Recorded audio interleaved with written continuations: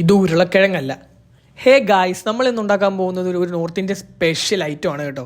അതാണ് പാവ് ബജി. അതിനാവശ്യമായിട്ടുള്ള സാധനങ്ങളാണ് തക്കാളി ഒരെണ്ണം ചെറുതായി അരിഞ്ഞത്, പിന്നെ ഇഞ്ചി വെളുത്തുള്ളി, അതുപോലെ കുറച്ച് പച്ചമുളകും, 2 സവാളയും, പിന്നെ ഒരു തണ്ട് മല്ലിയിലയും മാത്രമാണ് കേട്ടോ.